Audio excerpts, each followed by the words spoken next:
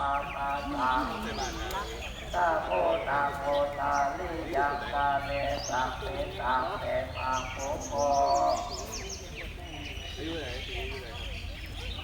เทโลเตกาเนกาลาติสาโมตังปัสสะเกปัสสะโล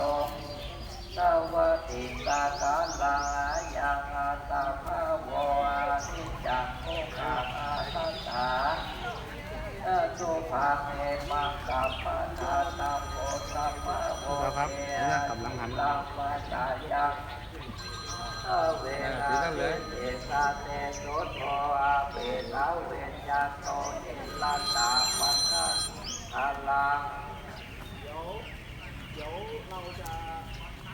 อาโตวายโยธาโตโลปัสสัตโตเวทนาสัตโตสัจจาสัตกาลาสัตโตเวญญาณสัตโตปัจจังสัตโตอาสัตถาสังขารานิจจาทุกขาสัตตาวิปาเรนะปะทัปปะวะตาสังขาราอุปาทาวายาทัพโตอุปัฏฐิทิโลจัตติเตสังโลปัสสะโพตุโภ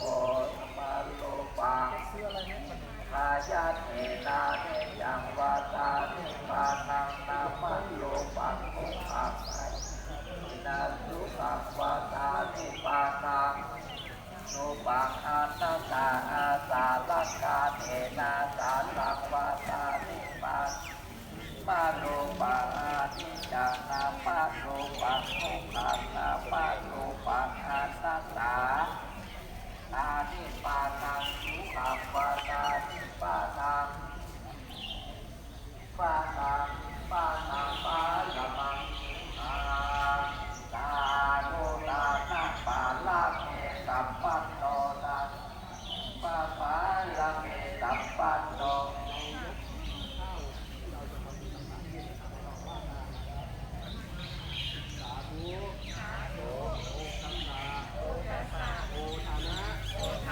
บินดิปาตังทานังวิธานะสัมปัตโยลาภามาลังสัมปัตโยลาโอกัสสะโอทานะบินดิปาตังทานังวิธานะปัจจโยตุโนนิจังสาธุโอกัสสะโอทานะบินดิปาตังลานังนิพพานะปัจจโยโหตุโนนิจังอธิษฐานนะครับเจตาโรตาโมทิตาโอปิตาปัลลาเมสัพพะโตอิติปิภาวะปัจจาปัลลาเมสัพพะโตปัจจาโอปะปัลลาเมสัพพะโตสัพพะโตเมตตาไมเจตาโลตาภูติตาอุปิตาจิสัพพะโตอิติปิโสภะคะวะปาลาเมสัพพะโตเวญาอุปปาลาเมสัพพะโตเวญา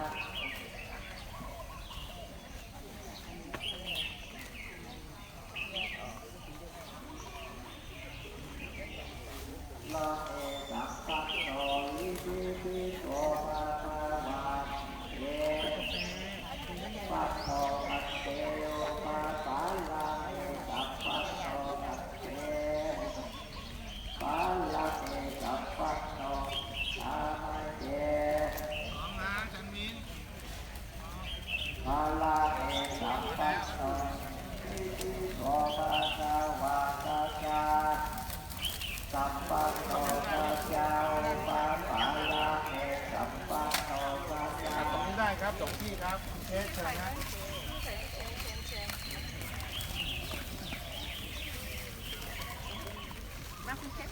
ลาเมสัพพะโตอิติปิโสภะคะวะสัพพะลาเมสัพพะโตอาเตตานาโอปะปาลาเมสัพพะโตอาตา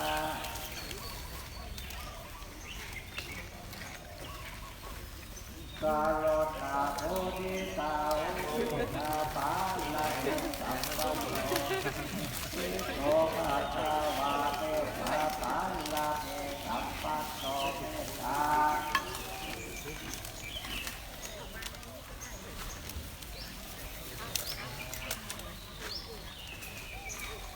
กาโลตาโพธิตาอุเบกขาปาลาเตสัมปันโนวิโสภะคะวะอุเบกขาปาลาเต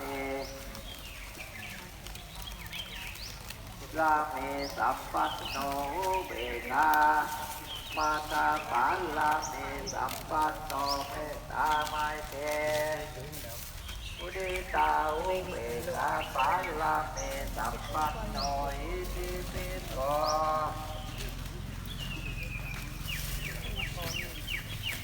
โอปาปาลาเมสัมปันโนทัสสะปาลามาตาปาลาเมสัมกาไมเตกาโลนาโมทิตาอุเบกขาปาลาเมสัมปันโนวิโสภะคะวะปัตโตสัมมาเดสาอุปาปาลาเมสัมปันโนสัมมาเดสามาตาปาลาเมสัมปันโนเมตตา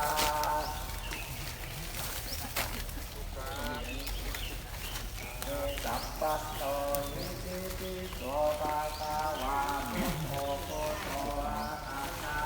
โตอิติปิโสภะคะวะอิติปิงั้นได้เก็บไปเนี่ย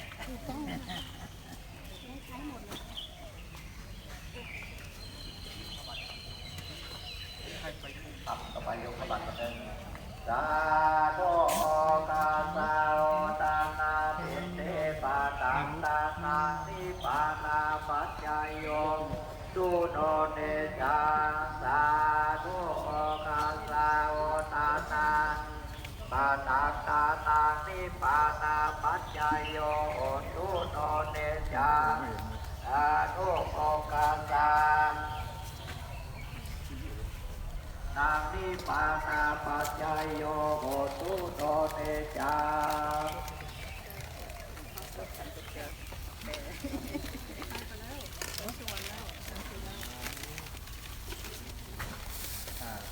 คนที่จะจับบาตรนะครับเอาไปอยู่หน้าศาลาเด้อเนี่ยพวกเจ้าก็จะเดินจาก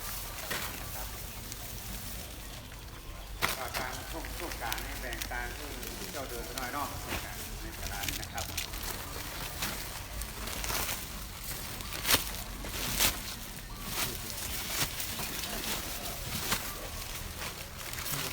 ครับวันนี้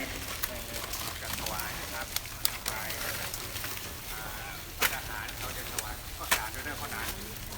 ตั้งข้าวข้าวสารด้วยข้าวสารด้วยนะครับข้าวสารนี้เป็นของเทศนีนงรัก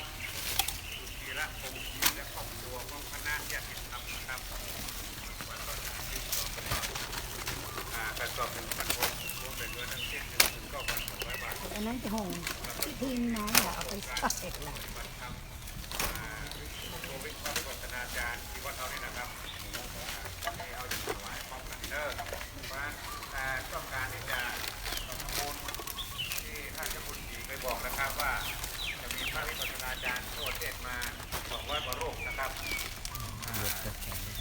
ว่าจะจัดเป็นเนี่ยเป็นงานโซนนี้ก็ได้นะครับเป็นคนต่างก็ได้เด้อหรือจะทำเป็นข้าวหม้อแกงหม้อมาก็ได้เด้อหรือว่าจะมีพัฒนาปัจจัยมาร่วมทำบุญก็ที่เป็นมือนะครับที่ไปที่อาคารพัฒนาเลิศต่อที่เจ้าหน้าที่ที่มอเตอร์นะครับช่วงนี้พระพุทธเจ้าก็ออกเดินร่างเอาไว้ทำหน้าเดินหน้ากระดานนะครับ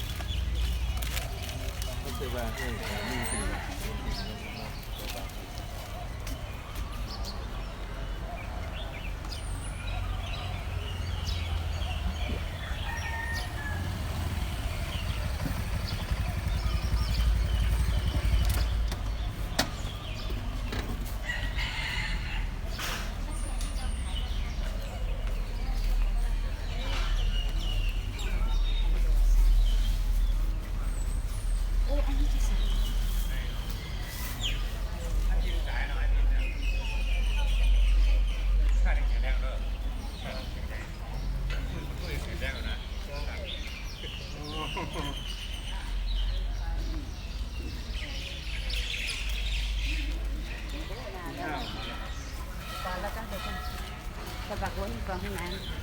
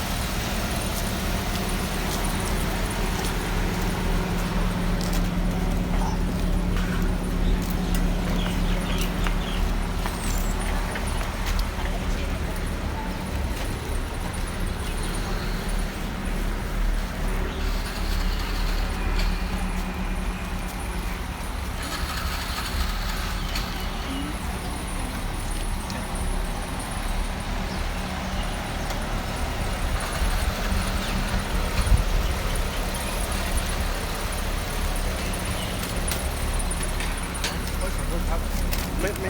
ลง